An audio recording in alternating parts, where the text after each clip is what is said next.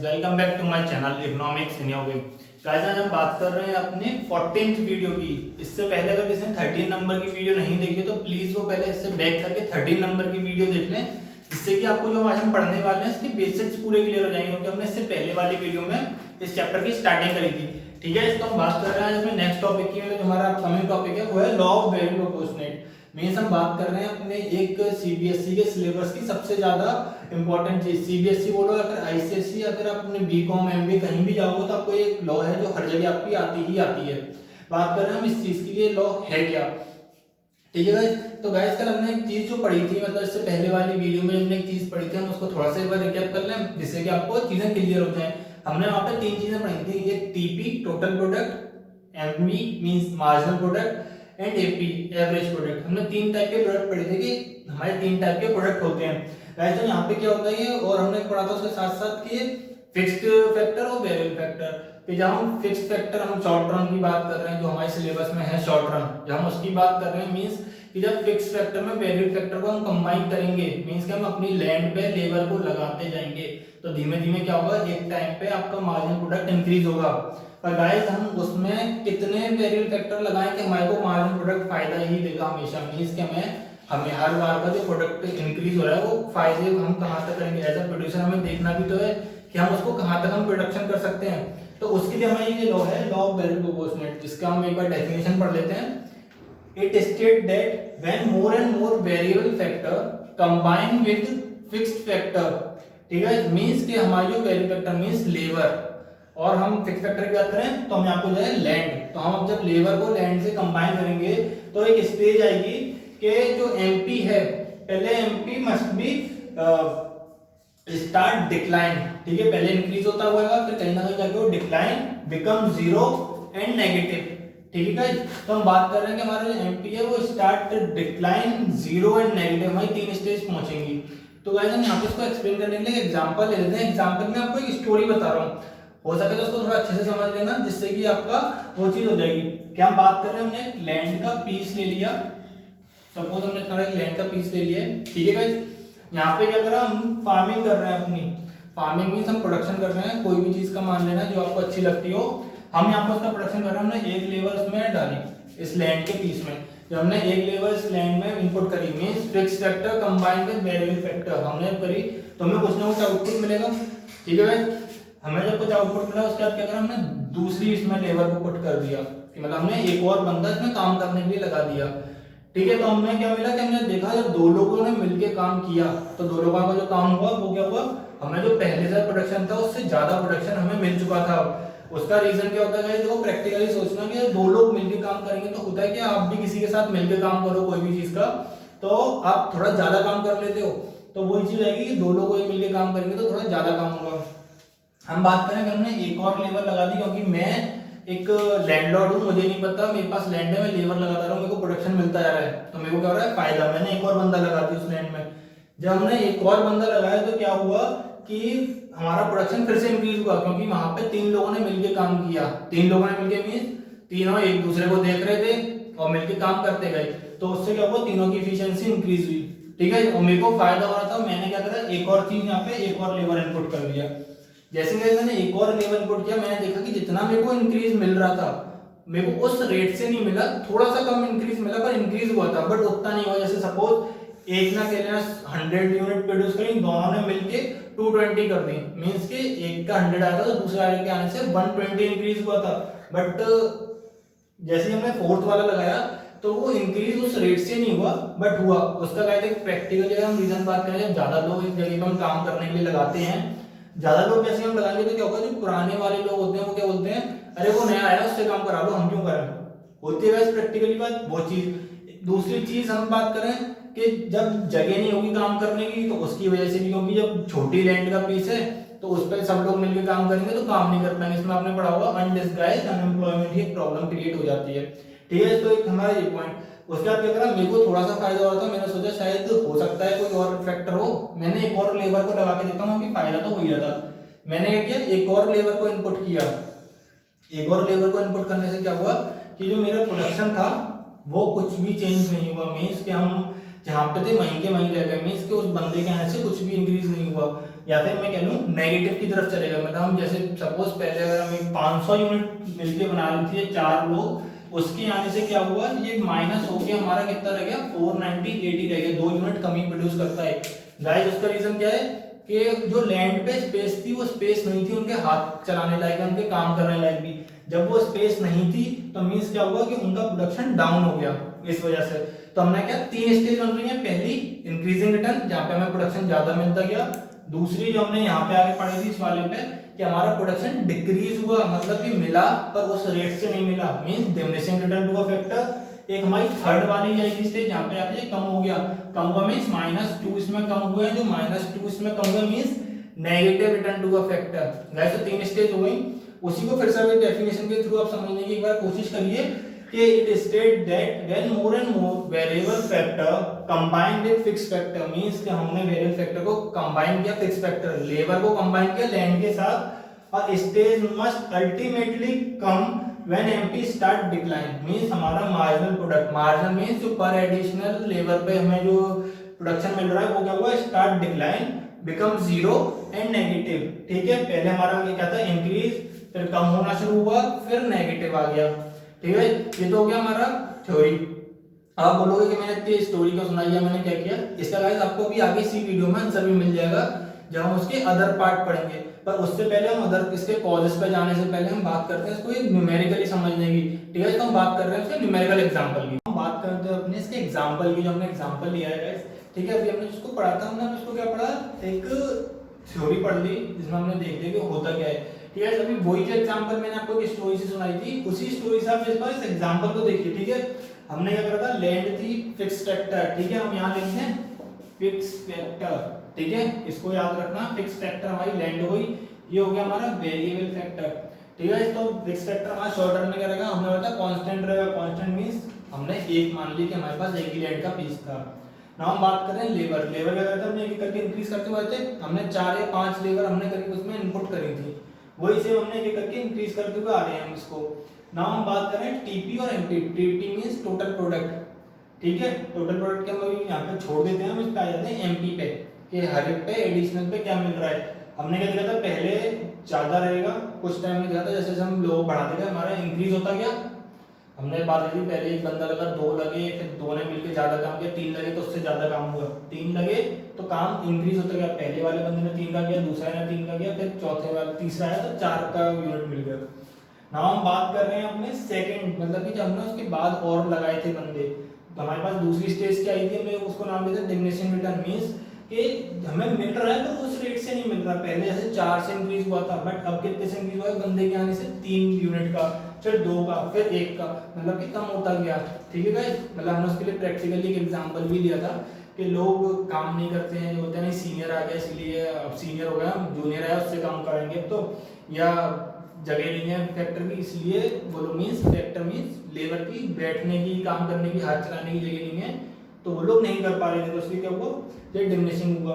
और ज्यादा लगाया तो क्या हुआ, नेगेटिव। ठीक है गाइस, देखो यहाँ देखो लास्ट यूनिट पे हमने हुआ था नेगेटिव, सेम यहाँ पे आ जाओ नेगेटिव, तो हमने क्या दिया नेगेटिव रिटर्न। आप बोलेंगे यहाँ पे टीपी लिखा है, तो टीपी का क्या मतलब है, इन सबको प्लस कर क्या होगा तो टीपी निकलती आ जाएगी। टीपी मैंने इसलिए लिखा है एक बार इसको डायग्राम से और हम समझा सकें। डायग्राम गाइस वही है जो इससे पहले वाली वीडियो में था, जहाँ पे हमने वो चीज दी थी, relationship between TP and MP, same वही चीज है, टीपी और एमपी का रिलेशनशिप, उसी का डायग्राम है।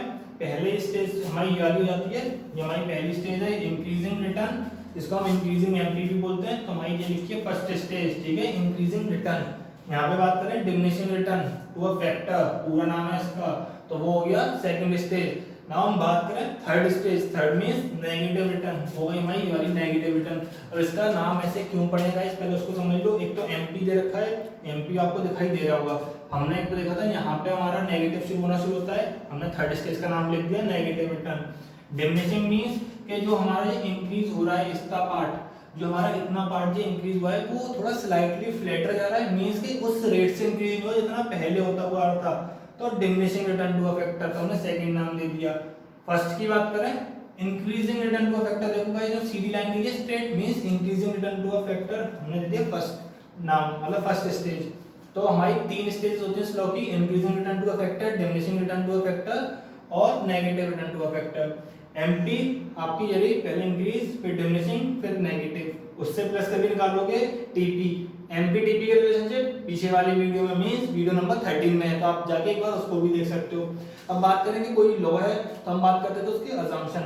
गाइस में अजम्पशन से 2 या 3 अजम्पशंस हैं। मैं आपको अजम्पशन बताता हूँ कि पहला अजम्पशन है कि जो भी हम लेबर लगाते हैं वो लेबर हमारी क्या होती है कि होमोजीनियस होनी चाहिए। इट मींस कि हमारी जो वो हमारी जो कि बात करें हम कि जो लैंड पे हम लेबर लगा रहे हैं, वो जो लैंड पे हम लेबर लगा रहे हैं वो हमारी क्या है, एक होमोजीनियस मींस के हर बंदा सेम एज का होना चाहिए। कि हम छोटा बच्चा लगाते हैं, एक बहुत ज्यादा 60 plus means old age people को लगाते हैं और एक 22 को, फिर उनमें कंपेयर करें तो उसमें नहीं हो पाएगा।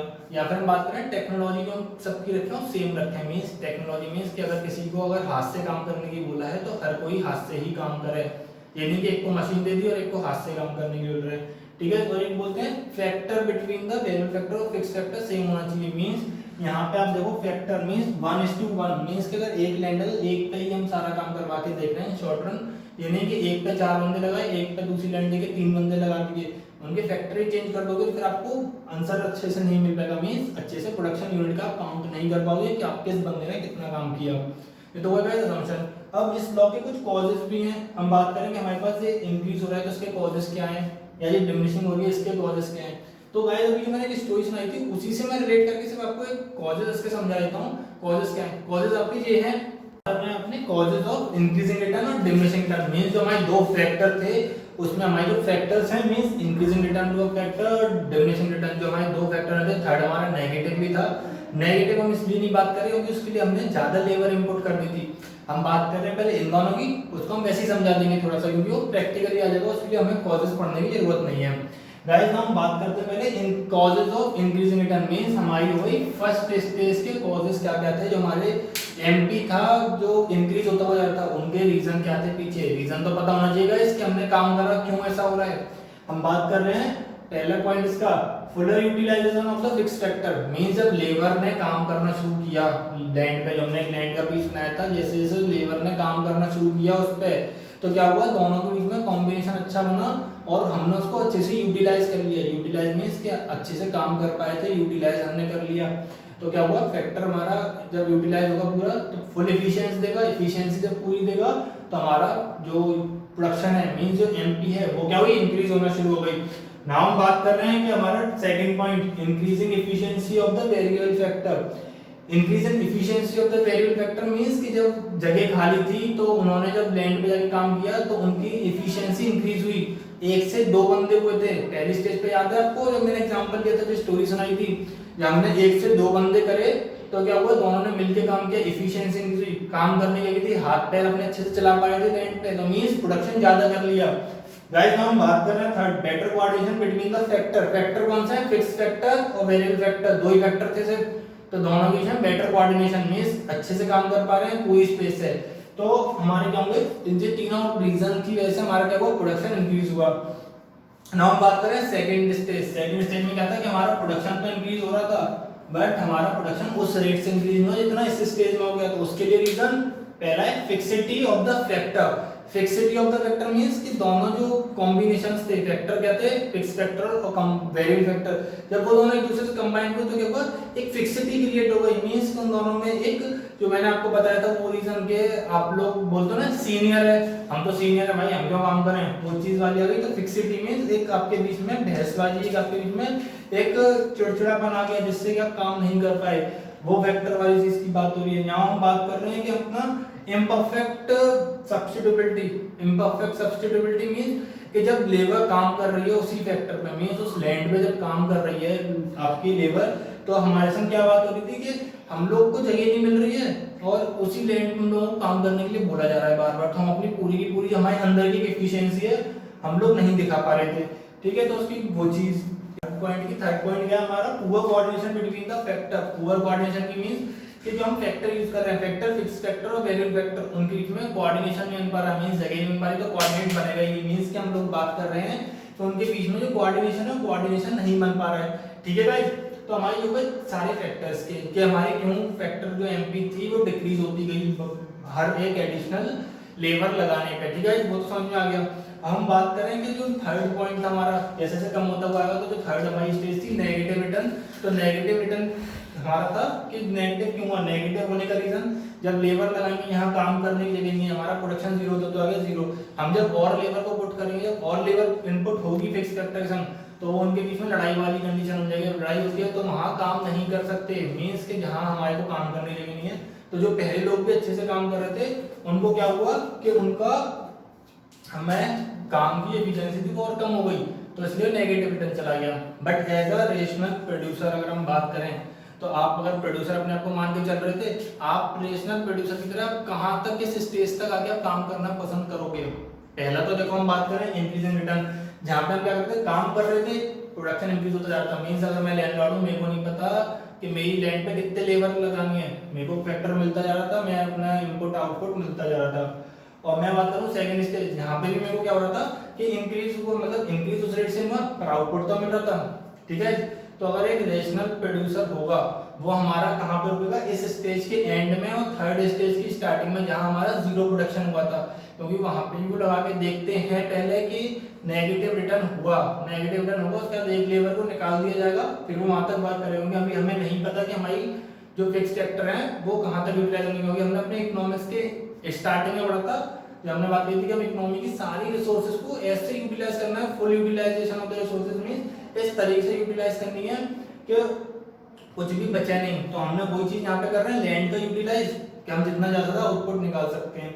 तो गाइस वो मुझे मैंने स्टोरी समझाई थी, वो इसीलिए थी ताकि कॉजेज अच्छे से आ जाए, इस लॉ को आप एक अच्छे से समझ सको, इसको आप प्रैक्टिकली अपने एग्जांपल में समझ सकते हैं। नाउ हम बात करेंगे, ये चैप्टर हमारा हो गया पूरा कंप्लीट, जो एक प्रोडक्शन फंक्शन, इसमें जो मेन पार्ट था वो होता हमारा law of derivative proportionate. Guys ये तो देखो हमने कर लिया अपना पूरा खत्म। अब हम बात करेंगे अपनी नेक्स्ट वीडियो में नेक्स्ट चैप्टर की, जो है हमारा कॉस्ट के ऊपर।